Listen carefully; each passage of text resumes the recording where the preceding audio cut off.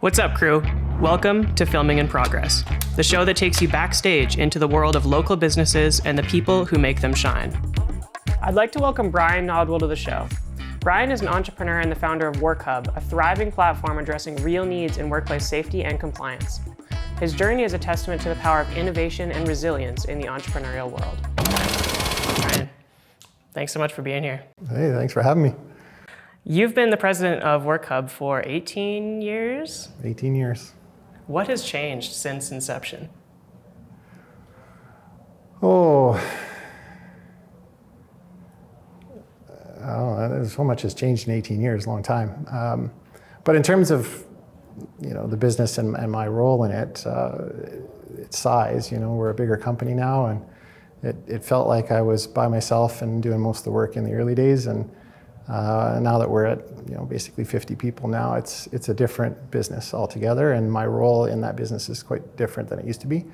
I now am not involved in much in terms of day-to-day stuff. I'll often help spearhead some new initiatives and get on the ground and do the work to build the systems and figure out what works and what doesn't work. But for the most part, once we have things running, there's someone that champions that initiative, and I don't therefore have to do that anymore, and I get to spend most of my time worrying about the future and planning for that.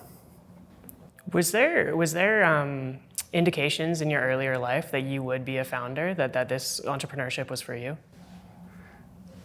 Yeah, definitely. I have a family history of entrepreneurs, very famous ones.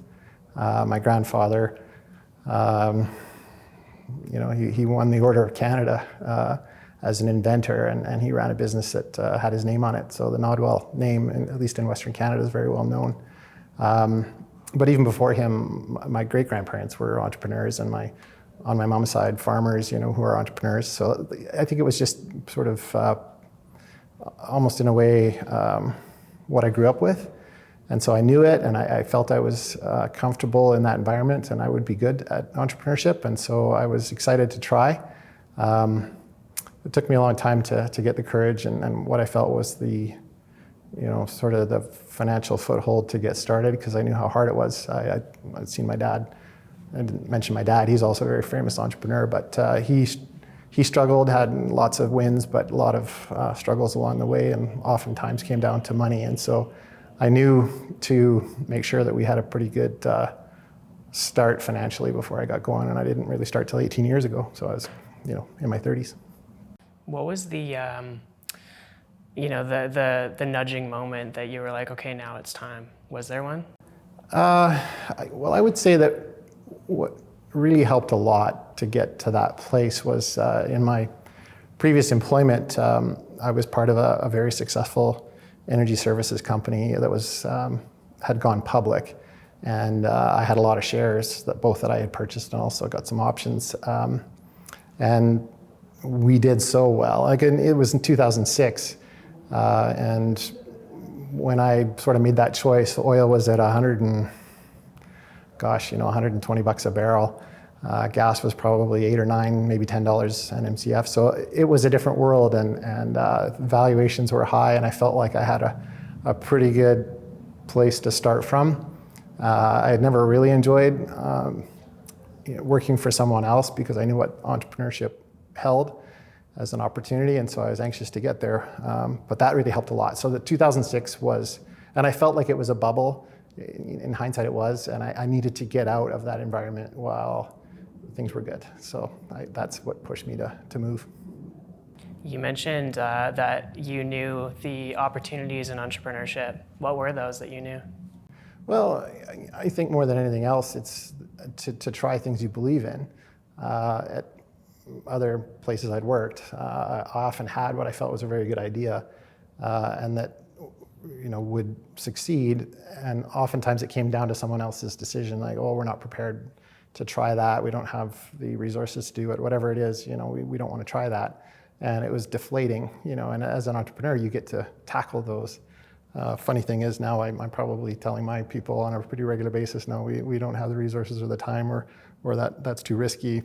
But at the time, I remember thinking that if I had the ability to choose, I would choose to take more risks or certain risks, and that was what I was hoping for. And it's ultimately what you do when you start a business. You take a massive gamble. Do you continue to take gambles? How do you think throughout your entrepreneurial journey, has your risk appetite gone up or down? Well, a little of both.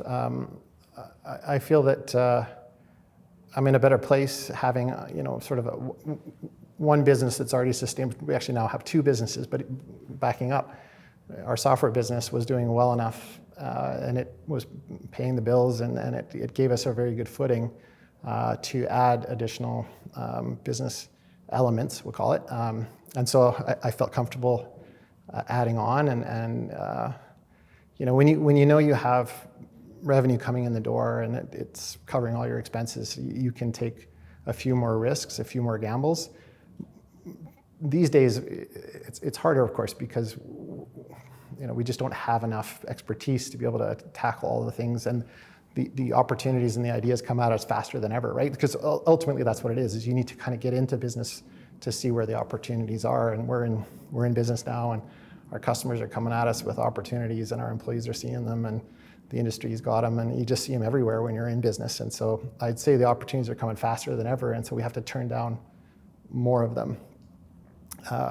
Steve Jobs talks about one of the most important things is saying no, and that's what we're having to do a lot now, which is it's a shame. It's heartbreaking because there's some really good ideas. Do you find that hard to do? Does it get easier over time to say no to these opportunities?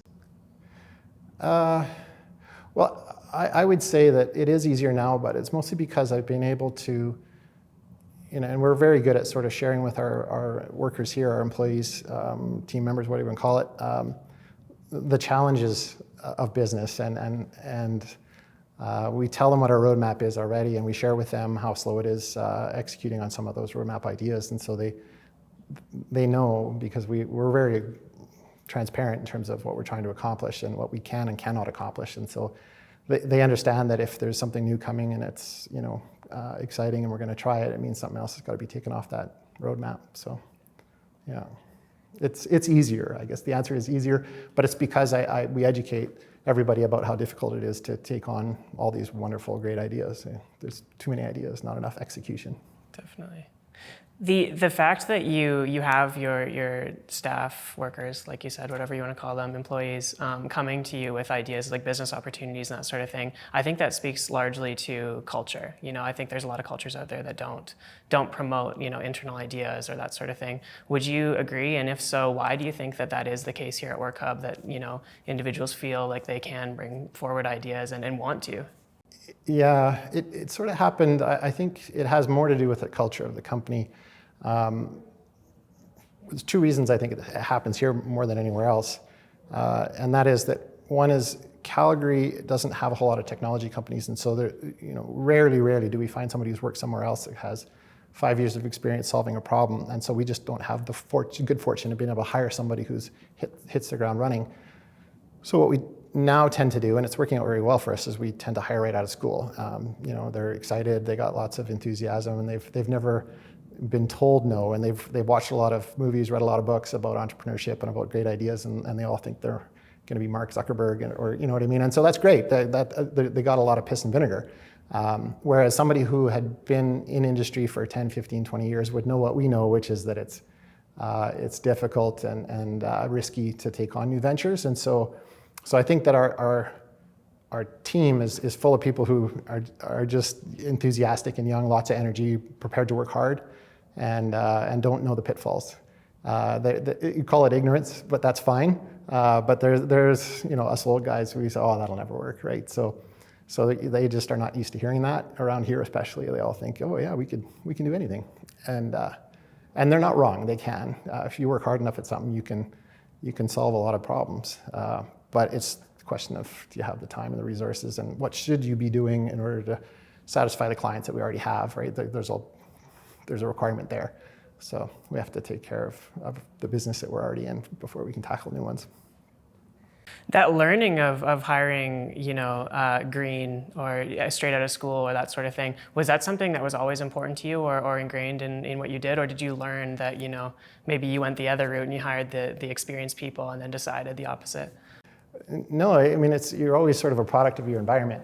When we first started Workhub, it was called Safety Sync at the time, but when we started, we would have liked to hire young, enthusiastic people right out of school. They had no interest in coming to work for me. We were brand new, didn't have a name, no one had heard of us, no one had seen us around, you know what I mean? It was very, very hard. And I got kind of a funny story about that. We had a office that was kind of down on 11th Avenue Southwest, and we were a 3-story building, lots of technology companies in there. And we were hiring, and this person showed up for an interview, and we thought it was person A, but it ended up being somebody else. He was meant to go to an interview somewhere else in the building, but we just happened to, he rang the buzzer, and we thought it was him. Anyways, the guy who eventually was doing our interview showed up, and we had already got halfway through the first interview. So anyway, so we said, kind of sat on our own and talked about this person, and we said, we need to offer this person a job before he walks out the door because he's incredible. And we didn't even really know his name because we thought he was person A, but he was person B. So we just called him White T-shirt guy. And White T-shirt guy had no interest at all in this job. I don't even think he took a job in the building, but we talked all the time about White T-shirt guy. We need to create a company where White T-shirt guy wants to come work for us. And we were not able to hire that person. Instead, what we ended up mostly hiring was people who were new to Canada but had experience, and that worked out really well for us. They had a hard time, getting their first opportunity, and they would go all the way down to to where we were, and it worked out really well for us. We had some amazing hires, and they accomplished a lot for us. But eventually, once we got established, we couldn't afford the person with a lot of experience, even if they were from overseas, and so we were having, just from a cost perspective, having to hire somebody greener. And it's worked out really well. Those people learn really fast. And the other thing that we've discovered is that we can then hire the very best person, because most companies aren't prepared to invest the time and money in junior developers. They like to hire senior developers because they already have a business problem they're trying to solve, and so they want to hit the ground running, and they just don't have that time or that effort. And there's risk in it too. They don't always work out, but you can get the real gems that way. And if you can, capture them into your culture and get them to like working with the people you have, they never leave. And so it's working out well for us now, and we like that. That's our, it's a big part of our growth is hiring people out of school. And I think too that at the same time, 20 years ago or 18 years ago when we started, there weren't people, surplus grads like there are now. Like at the time, there would be, for every 5 people coming out of school, there would be, 6 or 8 jobs. Now it's the other way around. Unfortunately, there's not as many opportunities, and there's more grads, which society needs. Calgary needs it, but we have to grow the industry here in Calgary to hire all these people and build up that that expertise in our city. Yeah. That White T-shirt guy story is really cool. And as you were talking about it, it's a common idea that people profile like ICPs, right? Like ideal customer profiles and that sort of thing, and just determining who they're selling to. I don't know that it's as common that people determine, I want White T-shirt guy. Like how did you go after that was determined? How did you go about continuing to attract those people? Did your hiring practices change? I don't know that they necessarily changed. We ended up somehow getting in with some of the schools, and the schools would send us candidates, especially for summer students. They needed a job placement, co-op, whatever. And so we just let those schools know, we'll if you have an exceptional student, we'll take them. And then once you get in those programs, 2 things happen. One is obviously the schools know about you and they're marketing you, promoting you. And then as well, those students go back to school and they talk about where they worked. And I expect that at the University of Calgary, everyone in software engineering, computer science, they know about Workhub. So yeah, it makes it a lot easier. So then when they show up for a job interview, we don't have to convince them that we're a legitimate company worth working for. They know already that 2 things. One is that we're in business and have been for a long time, but also that someone else has worked for us and enjoyed that experience, and ultimately they would want to come back, as most of the summer students do come back, unless it's co-op and they need to go into different industries and try different elements of their program. But the ones that can return usually do. So they're speaking highly of Workhub. Yeah, definitely. That social validation or that word of mouth goes a long way, for sure. Getting the right people in the door is obviously important, but getting the wrong people out of the door is just as important. How do you go about, if God forbid you made a mistake and there's the wrong person got in the room? Yeah. How do you handle that situation? Yeah, it's happened. Obviously, when you have 18 years of business, it happens. And typically, I think that they stick around too long when your company gets large enough that they can be ignored. And that we went through a phase where, say there was 20 people in the company and we were all on the same team, one big large team, and you wouldn't feel uncomfortable if you were the 20th person and feeling outside of the group. So what happened somewhere along the way is we got large enough that we decided we would split our company into teams. So everyone's on a development team. So our developers, and in that would be a designer and a QA person, a product person. So we have basically 4 different sort of business units. It's hard to believe within a 50-person company, but that's how we do it. And then the teams themselves, I think, police their productivity, right? So if a designer is not producing the designs that the developers can work with, then they'll push back on that designer, and that designer, I'm just picking on that particular case, but same thing with QA. If stuff is being handed off to QA and QA is not keeping up with them or not releasing stuff to production quick enough, or they're missing things, then it gets noisy, and that person feels uncomfortable on that team. And at the same time, the team feels uncomfortable with that person. And that's a far better system than somehow me knowing who is a keeper and not a keeper, because I couldn't possibly know. They would expect me, I'm sure they do, to know, but I can't know. Only that team knows whether they're productive or just not a good fit for the team. Sometimes it's a personality thing. That happens less often now, because at the same time, those teams hire for their new people as well. So, it wouldn't be me choosing their new developer.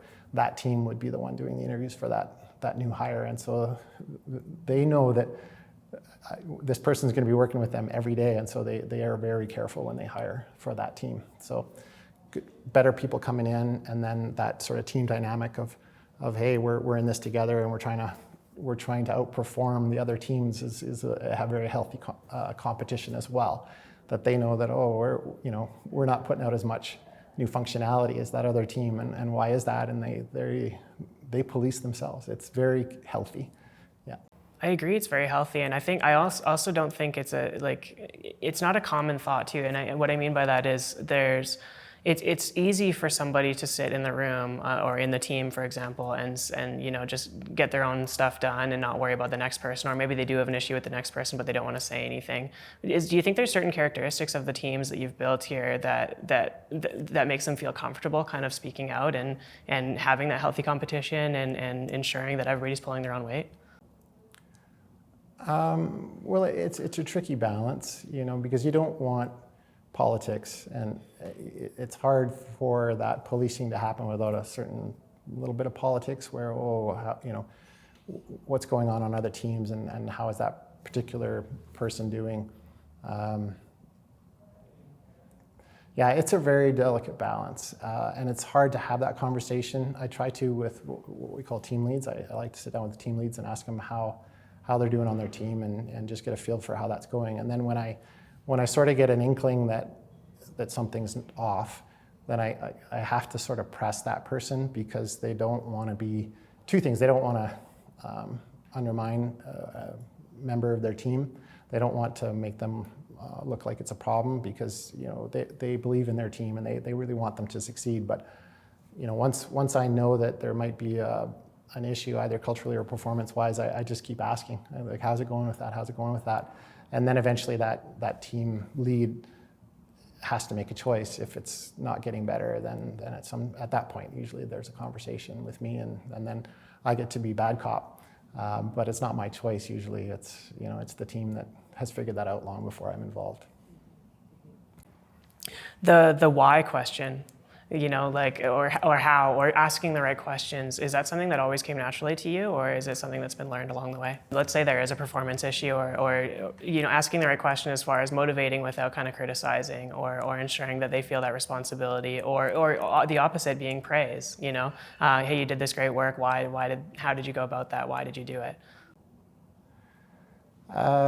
Gosh, I mean, we're a software development company where we have sprints and so everything is sort of done in advance by them where they set their own plan. And so it's very easy to sort of compare their plan and their objectives and their hopes, I guess, to their actual achievements. And so it becomes very clear. And so the why really it comes down to data. Like, okay, here's our expectation, and then here's actually what was delivered. And if that happens over and over, I mean, it happens all the time, but if it becomes chronic, that is the why. I mean, we have a problem, and it's very obvious in a development environment. And at the same time, too, if you're constantly making projections for a sprint that are, chronically sandbagged, call it, that is a why as well. You see that show up like, okay, that's not good enough. Like we need more from you, right? So those two things, right? The expectations need to be sort of at what we consider to be world class. We want to be a world class company, so we kind of set that expectation. And at the same time, we also hope that you'll deliver on that. And then, so if one of those two things looks messy, that's the why. Yeah. Going back to something that you said earlier, which was just learning from, or these opportunities that are presented to you from not only your team, but also your customers. And correct me if I'm wrong, but you have over 21,000 customers or companies that you've worked with. Do you have a process for kind of intaking that feedback and determining, hey, this is what the customer needs, and then implementing based on priority, or what does that look like? Well, 21,000 is the number of companies that have signed up for Workhub and are using Workhub, but not all of them pay. So it's very easy to ignore the ones that don't pay. That's one of the perks of sending us a check or a deposit every month is you get our ear. So we focus primarily on the customers, obviously, that are paying, and the bigger the customer, the louder the microphone's turned up. But it is getting more and more difficult. Our salespeople, our customer success people are on the phone with them on the daily. And so there's sort of two avenues that can come. One is through, we use sort of an application called Product Board where all the feature requests can be submitted, and then other feature requests of customer A can be voted on by every other customer. And so that becomes a little bit of a democratic methodology for prioritizing our roadmap. At the same time as well, I mean, we can sort of tailor that a little bit by playing up the ones that we like and playing down the ones that we don't.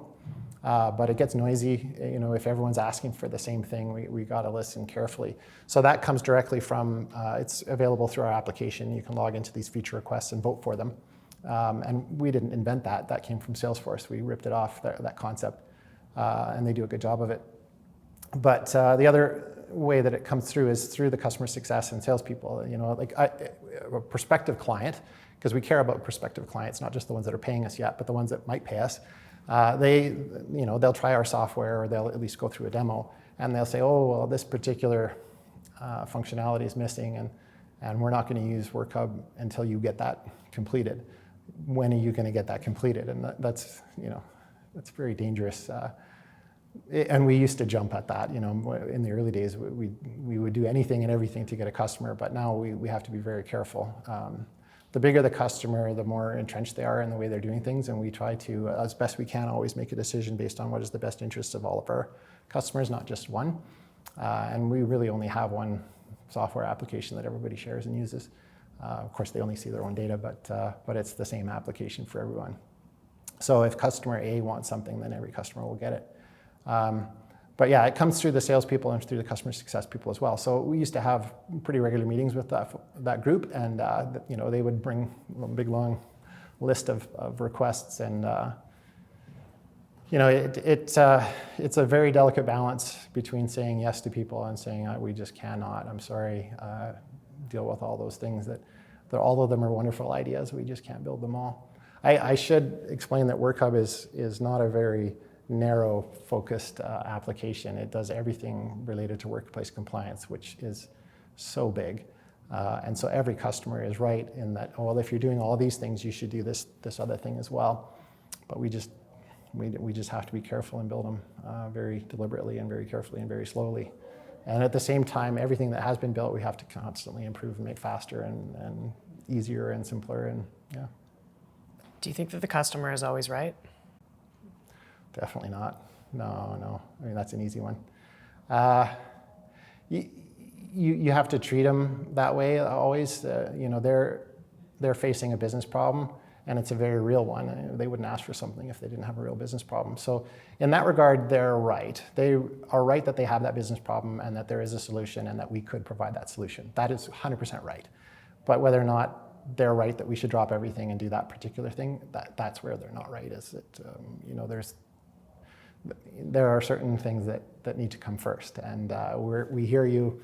We'll put it on the list. That's the reason why we have that feature request thing. That's what we'll tell a customer, is that you're right. That is something that is useful, and we hear you. We'll put that on the list, and if other people agree with you and vote for it, then it will work its way up the list of priorities. And a lot of times, it doesn't go the way they think it does. They are very focused, 100% focused on that particular item, and the other customers just don't see the value in it, and so they won't upvote it. They'll upvote the things that they care about more. So it's tough because you don't want to tell a customer they're wrong. So you have to very delicately tell them that, we hear you, it's there,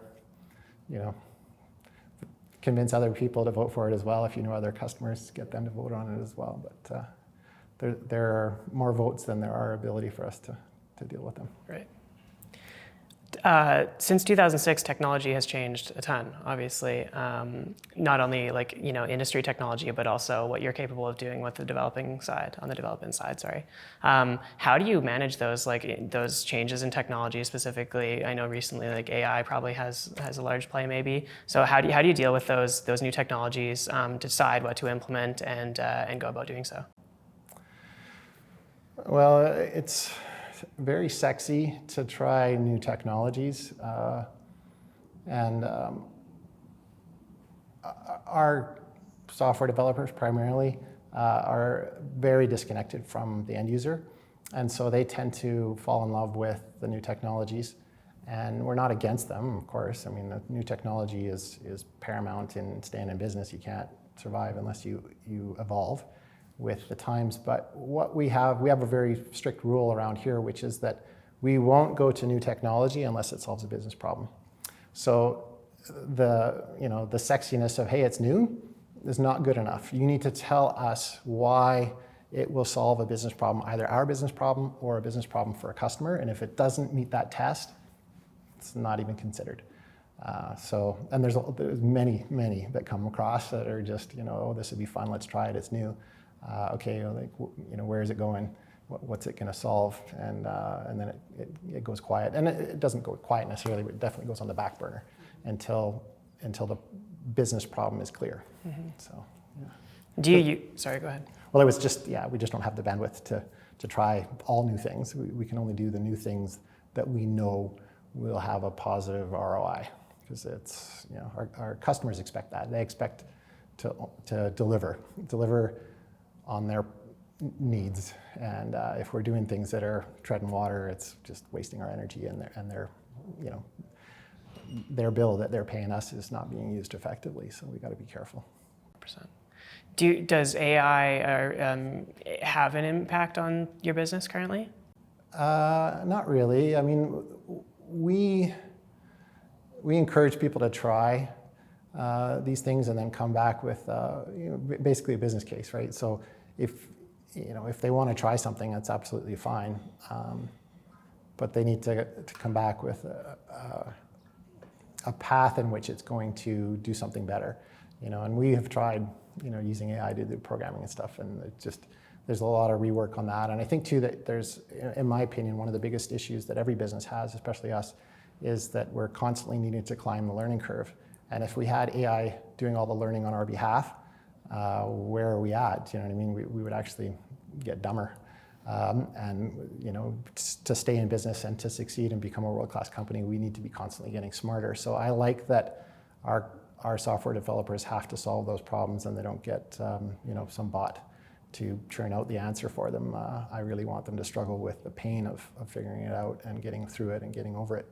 And our experience so far has been that they have to anyways. And they actually have to reverse engineer something that's been handed to them by AI, and in order to figure out where it's not working yet or completely. So might as well do the work from the beginning. sort of our experience so far. But we're open to it. We're watching it, and people are very passionate to find a business case for it, but it hasn't really come across yet. Yeah, I love that. I love that answer, because I think, AI's fundamental is that it's built on past experience, right? It's built on data it's been fed, which means that, while there's capability for it to come up with something new, most of the time it's going to be spitting out things that have been done in the past. So, to build something new, maybe it requires human input. Yeah. And there's been countless business books written about new technologies arriving in a way too early before the application of that technology has been figured out. The internet's a pretty good example of that. I mean, it was a mess in the early days of the internet. And so even people like Bill Gates, misunderstood the long-term potential of the internet. And it's because we didn't know what it could do, until people figured that out. And it took a long time to figure out the utility of I'm picking on the internet, but there's been lots of things like that. And I even remember when self-driving cars came out, I remember thinking, oh, I'm so excited. I'm going to fly down to Phoenix and get in one of those cars. And even now, it's hard to do. You really have a hard time finding, a real-life business case where a car is driving itself around. Safely and without a co-pilot or whatever you want to call it. So these things take a long time, and if you get too far ahead of them, it's just expensive and wasteful. So. 18 years in business, I'm sure you've seen countless ups and downs for many reasons. Are you comfortable describing maybe some of the challenges that you've faced in those down periods and how you've dealt with them? And then also if there's any commonalities that you've found between when there are hardships? Oh, gosh. I mean, the one that was the most painful and difficult of all was COVID. One of the choices that we made early on with Workhub was that we didn't want contracts. We've never had contracts, still don't have contracts. And so in other words, a customer of ours can add or remove workers partway through a month, and we will prorate that bill. And part of the reason, there's two reasons why we did it in the early days. One was so that we could say to a customer, there's no risk. You're not committing to anything at all. You can turn it off next month if you don't like it. In fact, you don't even have to pay for this month's bill if you don't like it. That was kind of our attitude, is that we only wanted customers that wanted to be customers. And maybe it was just my personality. I just didn't want to have to force somebody or ask for a bill when they weren't happy. So that was our early choice. The second reason as well is it gave our customers the ability to sort of scale up and scale down as they needed to without locking in their costs, and businesses like that, they have ups and downs, and we get to tell people, hey, like when you go down, our bill goes down. So that helps customers a lot, especially on the oil patch, for two reasons. There's seasonality in the oil patch, but there's also industry up and down, where oil price, I was telling you about the oil price being $100 and then it was zero in COVID. And that was a terrible time for us because of that policy that we made that choice on early on, as those customers decided the world was going for shit and that they needed to cut costs everywhere they could. And they just deactivated all their workers. And a lot of customers were sending their workers home.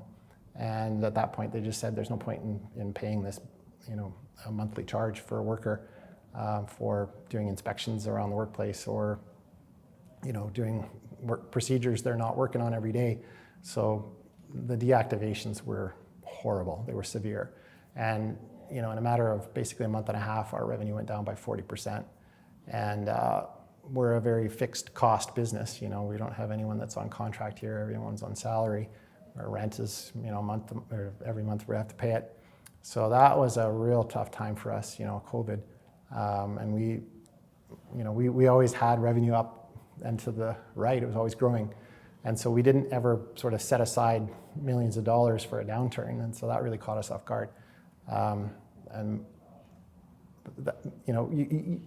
In hindsight, you look at it and you say, oh, well, we made a bad choice. We should have had contracts. We should have had it so that people were paying in advance. That's the other thing, too, is we don't normally ask for advance payment on our software. They just pay it at the end of the month.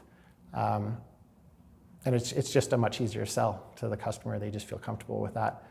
But it means we don't have that cash in our pocket for the balance of that year, which was 2020 and even 2021. Boy, it was tough.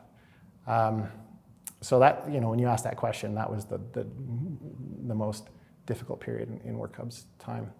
And I had a lot of anger at the world for shutting down. I just felt that, that was a very hasty decision. And there was, I had kids that were in school at the time, and I just felt that was not good for them either. And my frame of mind was really terrible. And I really struggled during that period personally. And so did the company. But we got through it. Yeah. How did you get through it? What did you change? Well, right off the hop, we did layoffs, which I thought we'd never do, but we did that. There was a program through the government where we could get some of our rent reimbursed and some of our salaries reimbursed, and so that definitely helped. And then we were able to bring some of those people back that we had laid off. They hadn't gone anywhere because I don't think there was opportunities anywhere. It was a terrible time. But anyways, they were all at home wondering what they were going to do, and we could call them and bring them back. And then, we just didn't spend anywhere on anything until our revenues recovered, and they did. Ultimately everyone went back to work, and we got our revenues back, but it was slow. It was long and slow, and I cut every expense I could that was variable. Yep. During that time, because I think everybody can relate to it, a time that's difficult. But did you feel alone when you were making those decisions and having to deal? Like, entrepreneurship is lonely. You have to make those hard decisions, and you're responsible for all those individuals, or you feel responsible for all those individuals that you pay on a monthly basis. And how did you said it was a hard time for you mentally? How did it weigh on you personally? And then how did you kind of come out of that phase? Well, I was very fortunate in that my father was really my best friend, one of my best friends. He would come into work once a week, and we'd go for lunch. He had run a large international manufacturing firm, and had done very well, and had been through lots of ups and downs. And so he was there coaching me through that entire period. And so I had that mentor, I always did. And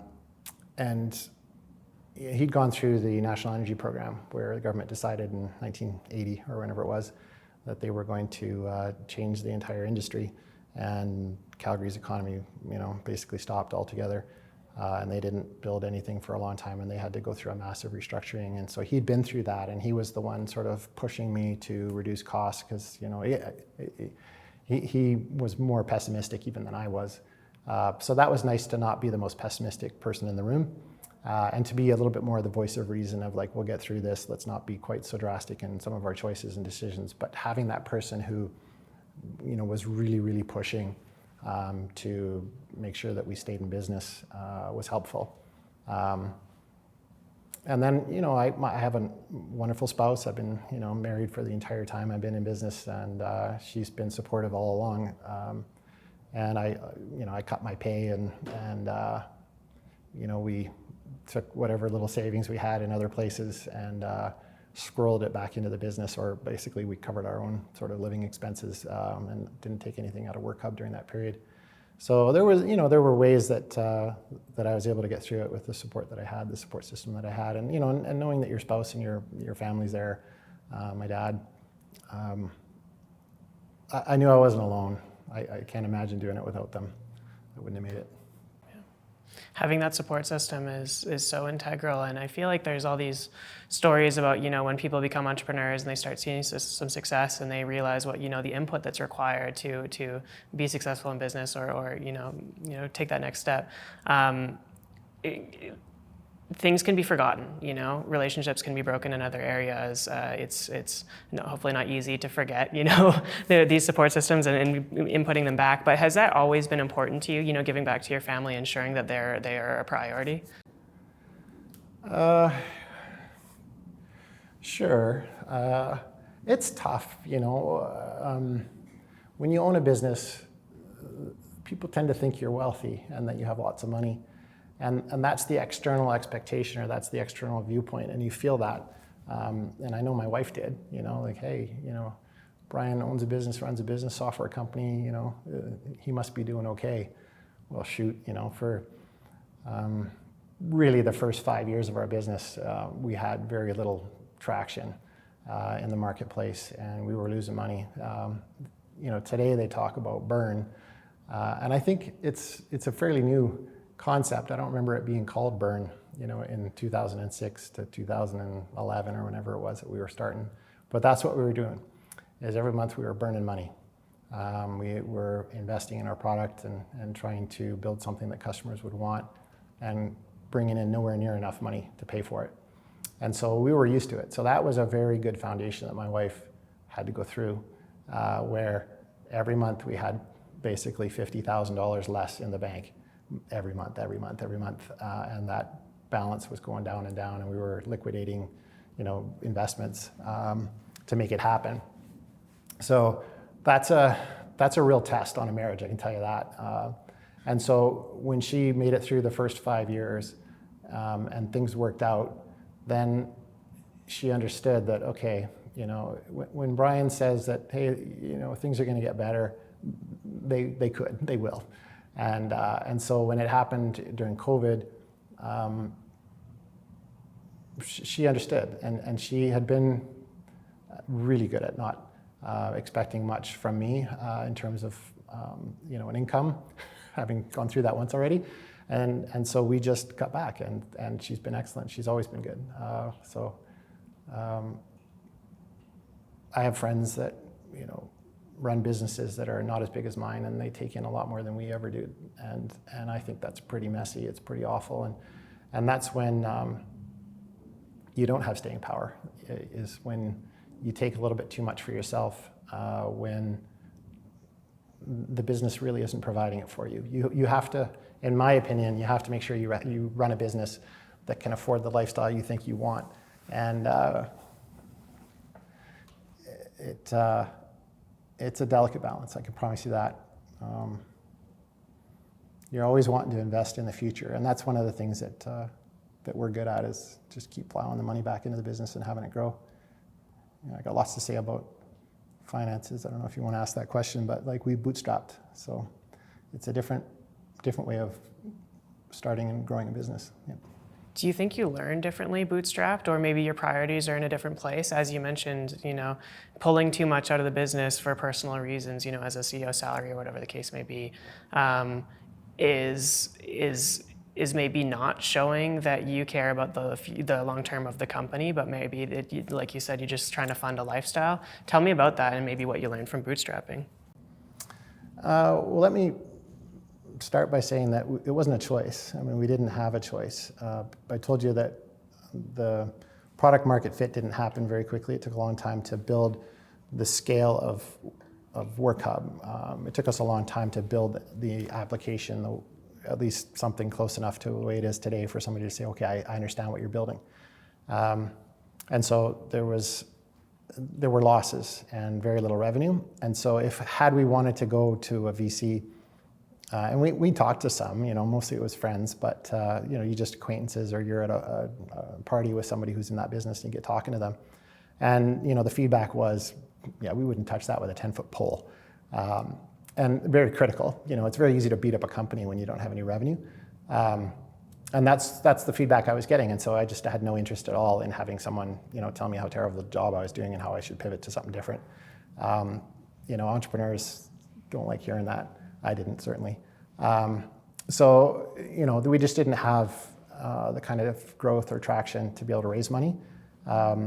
And there was, early on, there were some friends and family that had invested, thank goodness, and they stuck with us, and they've been excellent. But never was, venture capital really an opportunity. And then when we got growing and things were going well, we did meet with venture capital and private equity at that point. But then they wanted control. They always wanted to buy 50.1% of the company, so that, if ever there was a disagreement, they had the ability to sort of make the choice. And I didn't want to exit. And so there wasn't any way for me to sell enough of the company to give them the 50.1% without me exiting. I quite enjoyed running the company, and I like the business. I like its future. I'm very optimistic, always have been. And so there was never that chance. And so, you asked the question, what does that mean to bootstrap, and how is that different? It's very different.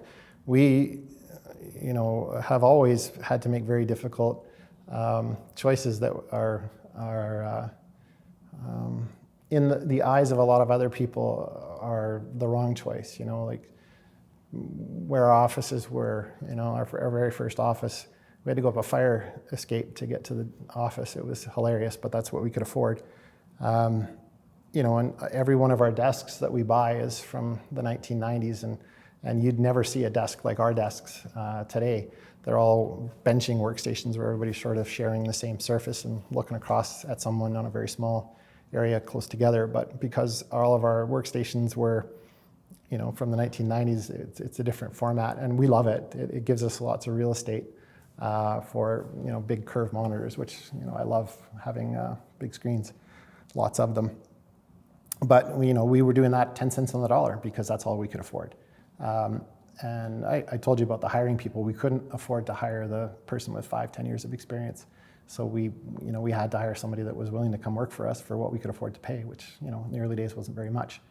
But I think it created a culture of we can still do this. The people who came to work for us were either, new here or in Canada, or newly out of school more recently, and they just feel like, hey, we can do it all, and it's a very youthful and exciting situation. And then as well,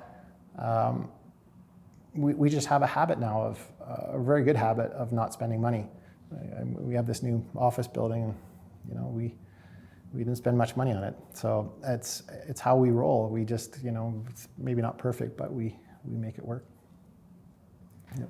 Do you think that's that creates a different mentality in an entrepreneur? Maybe, and I don't mean to downplay, everything else that comes with VC or investment or anything like that. But when you're given something versus having to make those sacrifices and not getting the new desk or not getting the new building or whatever the case may be, do you think that that's a mental change or something that's learned, or you act differently based on the fact that there's two different approaches? Well, so I know a fair bit about the VC industry now fast forward, because I've been in different programs, entrepreneur programs, technology programs, where I'm in groups with other entrepreneurs that have raised money, and so I know how it works on the other side.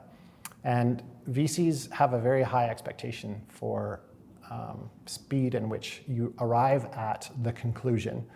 And the conclusion in VC follows something they call the power law, where a very small percentage of them work out spectacularly, some of them work out okay, and for the most part, call it 80% of them fail. And they want you to fail quickly, is ultimately what they want.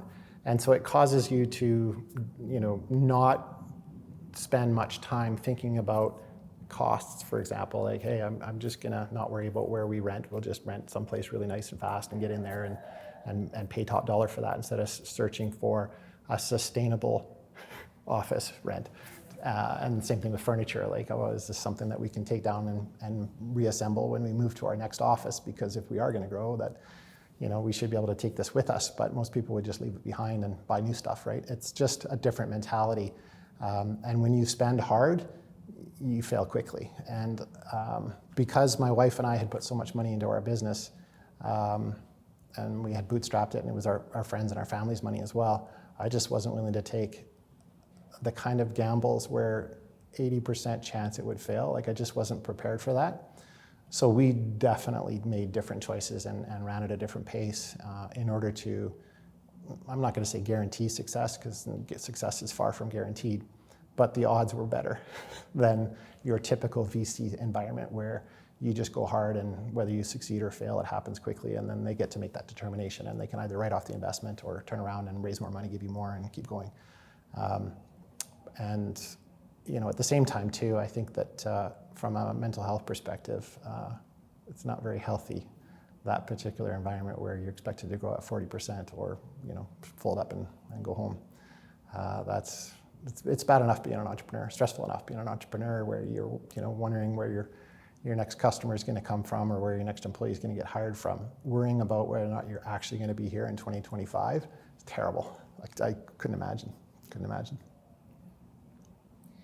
Talking about perceptions, and you mentioned something earlier, which was that people on the outside who maybe aren't entrepreneurs or founders have this perception that we all have all this cash. What other perceptions do you think exist around entrepreneurship that maybe aren't correct? Well, I think that there's a little bit of a misunderstanding too that entrepreneurs really don't do things. I can't tell you how many times I've had that question even amongst my own staff, like, what do you do all day? If you started a business and it is currently succeeding, you must have worked hard. Like, there's no other way to get to success except to work crazy hard. And I know I'm a crazy hard worker, and my wife will tell you that too.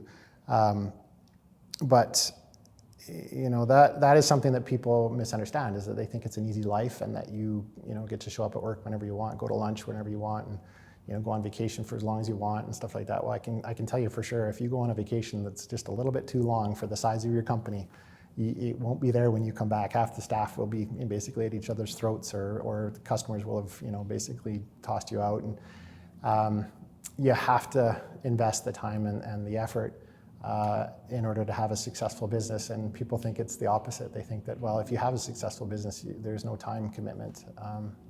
It's quite the opposite. The commitment is magnified, I would say, I think. I couldn't agree more. What do you think it means to work crazy hard? Like, what does that truly mean?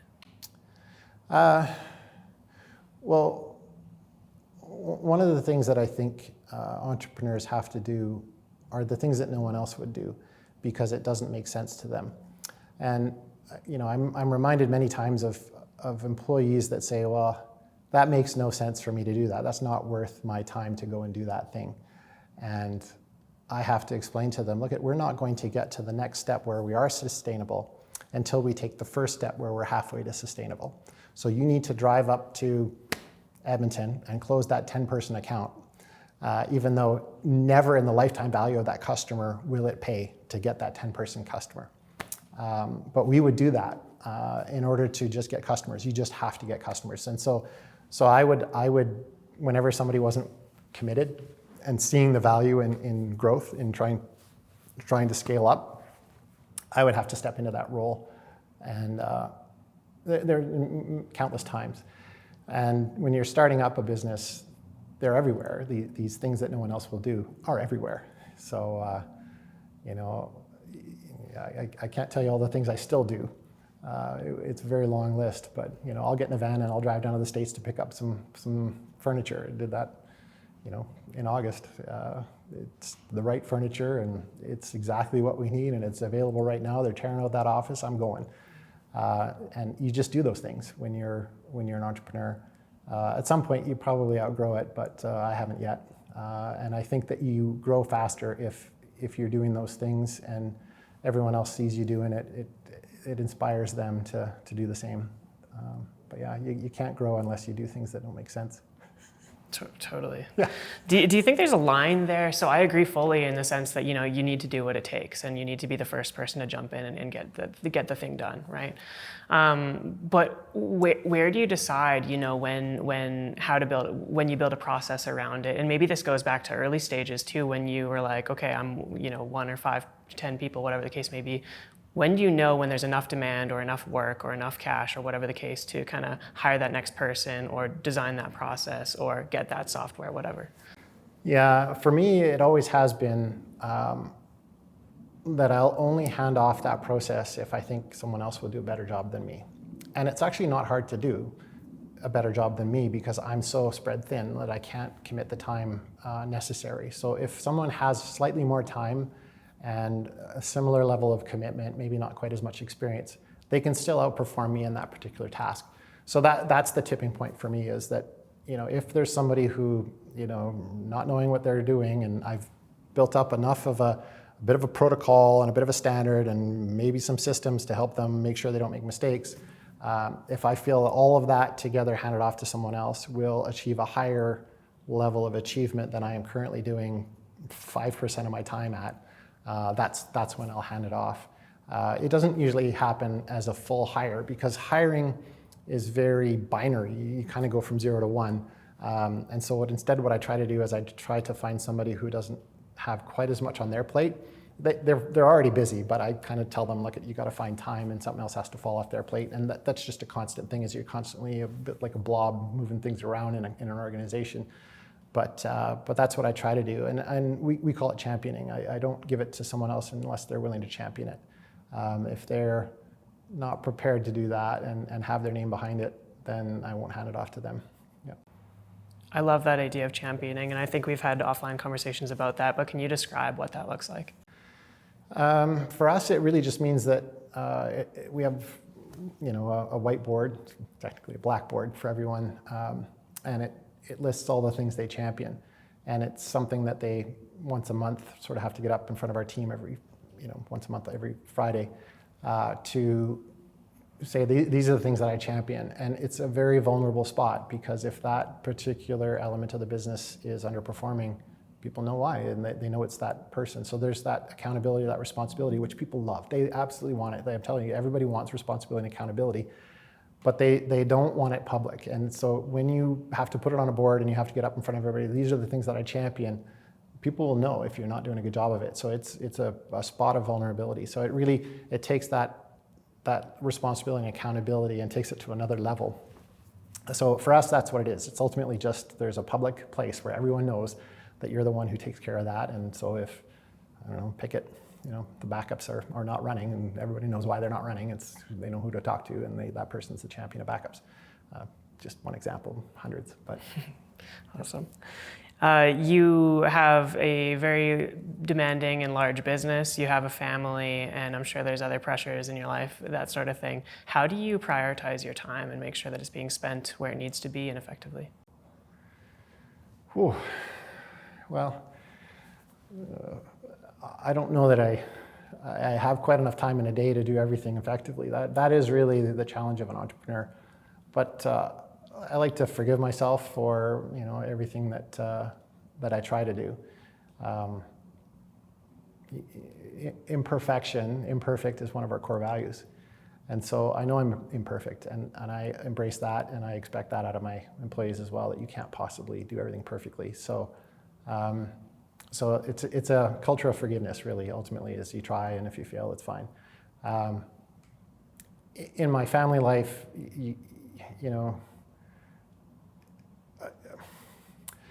there was someone who championed my family a little bit better than I did, and that was my spouse. She took care of that side of my life. I couldn't be an entrepreneur without someone taking care of my family every hour of every day. And so the time that I did get to spend with my family was carefree. I could show up after work and not worry as much as if someone else was going through everything I was going through. So thank goodness, and I'm not trying to say that's the structure that every entrepreneur should have, but it worked for us.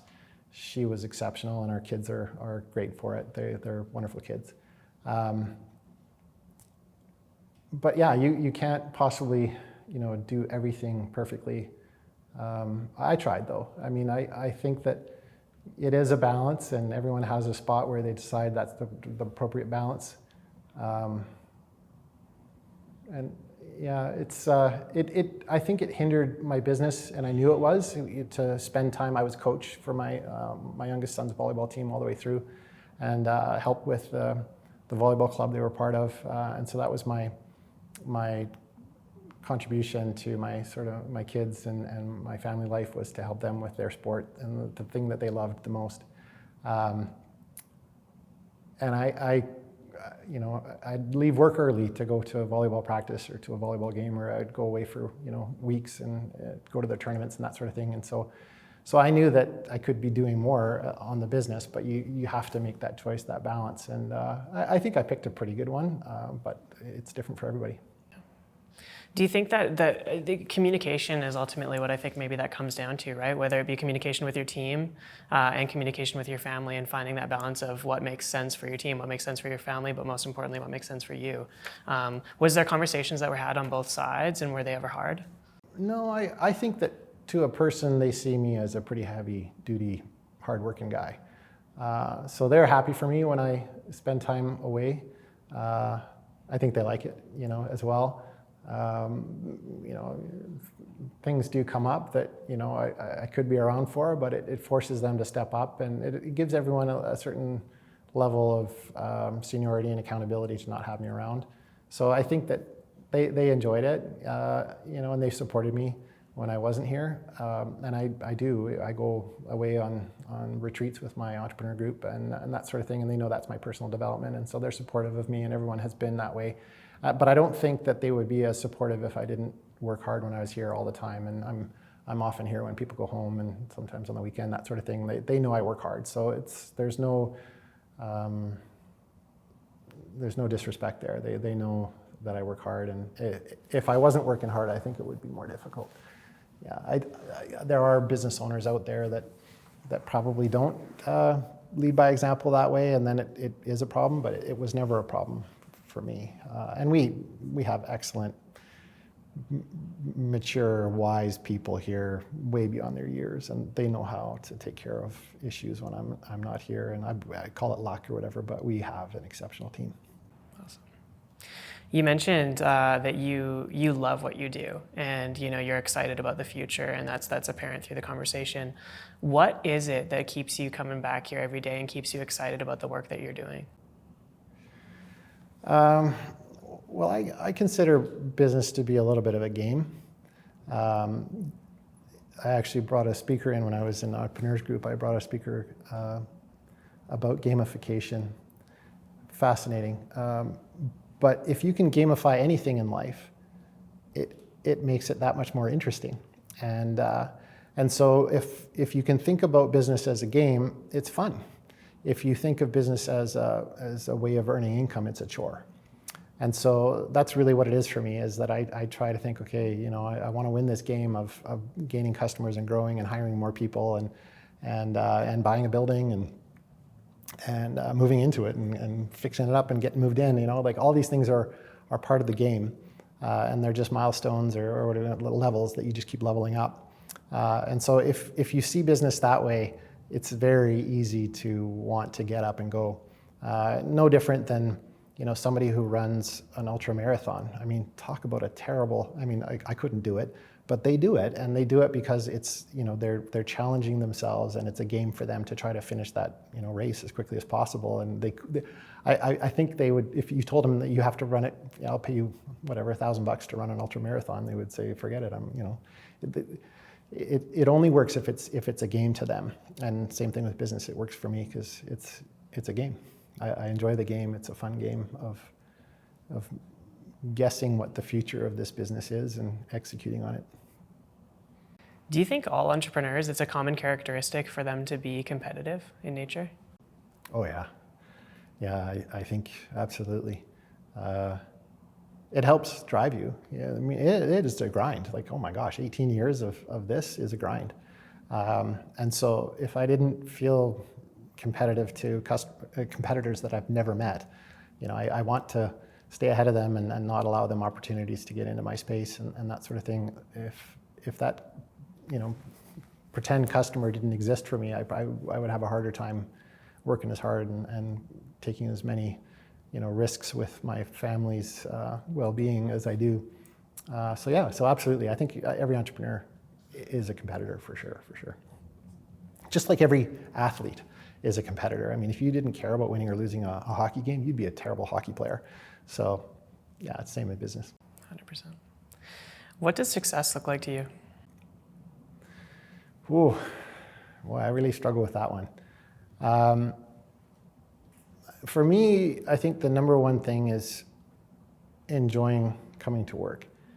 And not just for me, but everyone who works here. So, you know, that is probably the thing that would make me feel the best is knowing that people love it here and want to come to work and enjoy hanging out and doing the things that we do, because that's sort of my North Star in my life is, you know, I'm here to have a good time, and, you know, my business should be the same thing. So I really, really want, more than anything else, a nice place to come to work. And so that's the reason why I hire really nice people. Like I hire exceptional people. They're awesome. They're my friends. I like everybody who works here.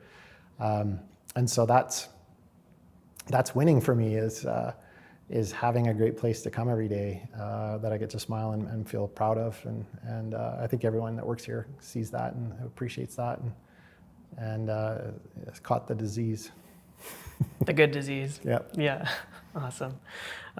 What's next for you? What's coming down the pipeline? I know you just moved into this new building, which is incredible, that you bought. What else is, I'm sure there's a lot of things that are going around that, but any new aspects of business that you're exploring, any new businesses that you're thinking about creating, anything like that?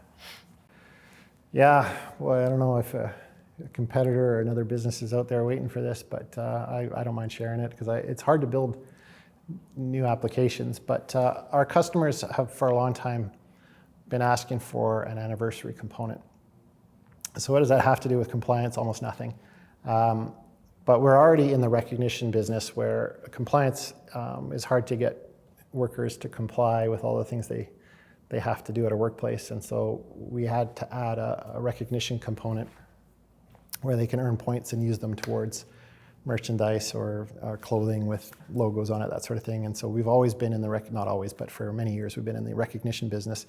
And a lot of our customers are using our recognition software for their anniversary. So you make it to 5 years, you get, a set of golf clubs, whatever you want to call it.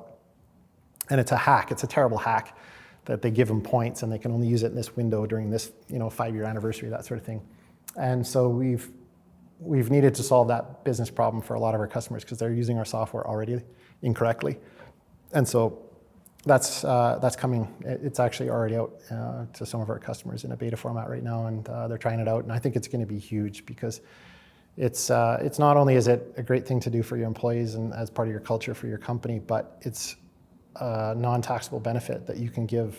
I think it's up to $500 a year every 5 years to a worker. So why would you leave that taxable benefit on the table? It has to be merchandise, can't be money.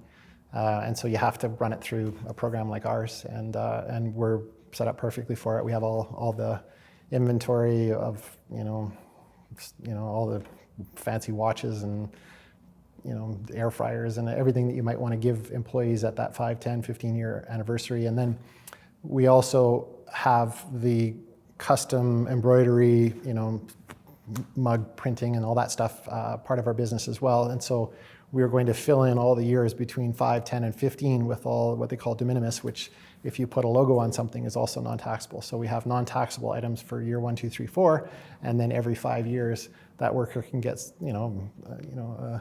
a gaming monitor or whatever it is that they choose from our system that's been set up by that company. So I think that's going to be a big one for us.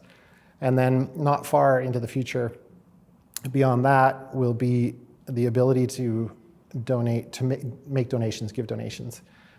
It's come about because a lot of our workers accumulate more points than they choose to spend. It's hard to believe, but they're like, I got so many points, I don't know what to do with them, and they want to just give them away, and really tricky to give away points. So what we want to do is have a donation system where we create care packages that will be shipped to actually the people's offices so that they can take them down to the local charity. So something for the SPCA would be a bunch of dog, I don't know, call it treats and toys, that sort of thing, and beds and bowls. Or, a homeless shelter, you could take some clothing. We have a very good inbound system for getting good deals on clothing where we can provide those donations at a price that everyone will be happy with, and it'll be a great way to use those points up. And yeah, it's going to be neat. And then we'll be able to create a little bit of a system like you'd see at a grocery store where there's a target for donations, and it'll all be in the software, and that company can have hey, we're going to get to 100 care packages and we'll take it down to this, but they'll choose a charity. It's going to be all in the software. It's going to be nice. It's going to be fun, and a very different way of doing donations than what's out there in the industry. So awesome. Yeah. And all these ideas came from listening, right? Came from a business problem. Yeah, like it's always is a business problem. Is it, how do we support our local community with these points? I want to, give them points. Well, we can build that. We can solve that problem for you. Amazing. Yeah. Where can we send people to follow along, what's next, or check out further if they're interested? Oh, gosh. Ultimately, our customers are the ones that are most plugged in. we're very good at communicating with our customers, mostly through the software. So if you're a Workhub software customer, then it's all in the what's new that comes out, every time we do a release, and we talk in there about all the, we comment on all the roadmap stuff, and we're very good at communicating with our customers. The ones that are just interested, that are external to that group, gosh, I would say maybe our website. We have a sort of a little bit of an about us history on there that we haven't updated in a while, but that's the best place to know what has happened, and I don't know that we're forward looking there. Yeah, it's tough. We don't spend anything on marketing. We're terrible that way. We just have too many things to spend money on the product side, and the business side. We don't spend a whole lot of time talking to customers that don't exist yet. But our customer support people, I don't know where you get it. It's a tricky one, Aiden, honestly. But hopefully they'll follow us on our website. That's probably the best place. Awesome. We'll link it. Brian, thank you so much for taking the time for the conversation today. It's been something I've been excited to do for a while, so thank you. You're welcome. Thank you.